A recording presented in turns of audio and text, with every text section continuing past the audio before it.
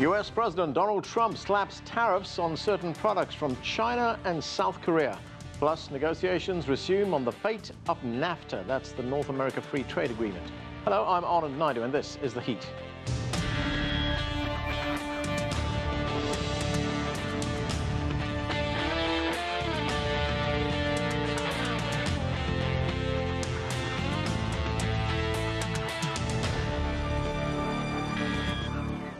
President Trump came into office determined to change what he called unfair trade deals.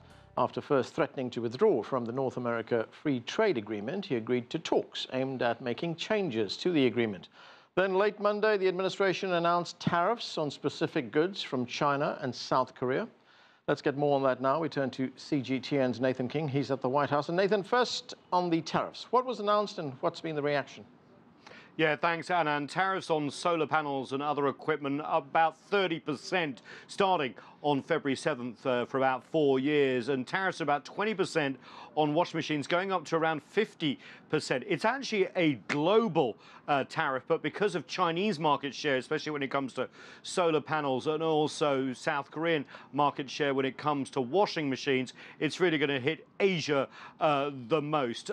We knew this might be coming, but even though it's come nonetheless, it does show that trade policy is really starting to form here at this White House into the second year in his office. Let's have a look at President Trump as he's signing the latest trade thing into action. It seems he's saying he's going to make America great again, one washing machine at a time. For both solar and washing machines, these executive actions uphold the principle of fair trade and demonstrate to the world that the United States will not be taken advantage of anymore. There won't be a trade war, by the way. There'll only be stock increases for the companies that are in this country, and that's what happened today. If you look at solar and if you look at the washing machine companies, that's really what happened today. You're going to have people getting jobs again, and we're going to make our own product again. It's been a long time.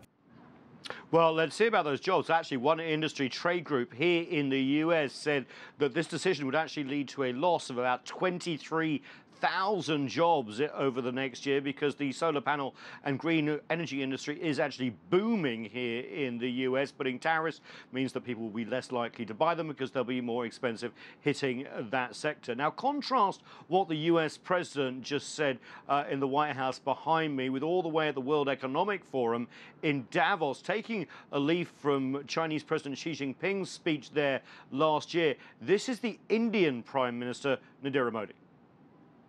Globalization के विपरीत Forces of protectionism are raising their heads against globalization. Their intention is not only to avoid globalization themselves, but also want to reverse its natural flow.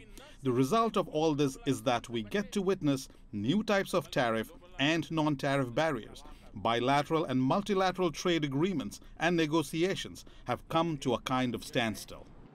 Now, after these latest tariffs from the White House, there's going to be all eyes on US President Trump at the World Economic Forum in Davos when he gives his speech on Friday. Remember, these tariffs on washing machines and solar panels aren't going to be the last of it. We're expecting action here from the US president over aluminum, over steel, and some sort of movement on intellectual property and technology transfer in the next few weeks and months.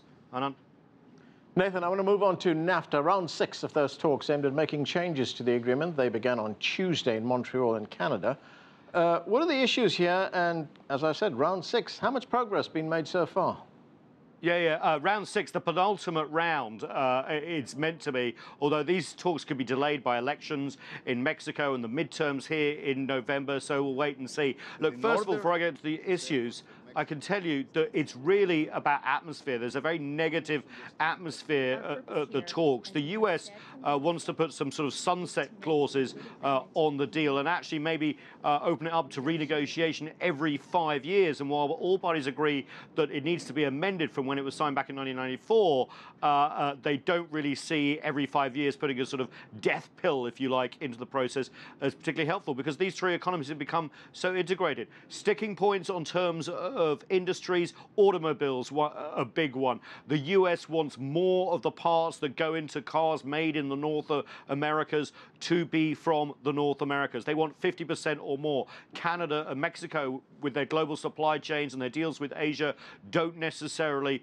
can't really go that far. There are implications from everything from chickens to corn. These economies are becoming so integrated. What's really interesting, as the US takes a tough stance at the talks, a lot of US states, especially ones that border Canada or Mexico, are starting to say, hang on a minute, we could really lose jobs here if this tough stance continues and more barriers go up to trade rather than less. So watch cars, watch corn, watch chickens, but also watch the attitude of the talks as well. They are not good at the moment.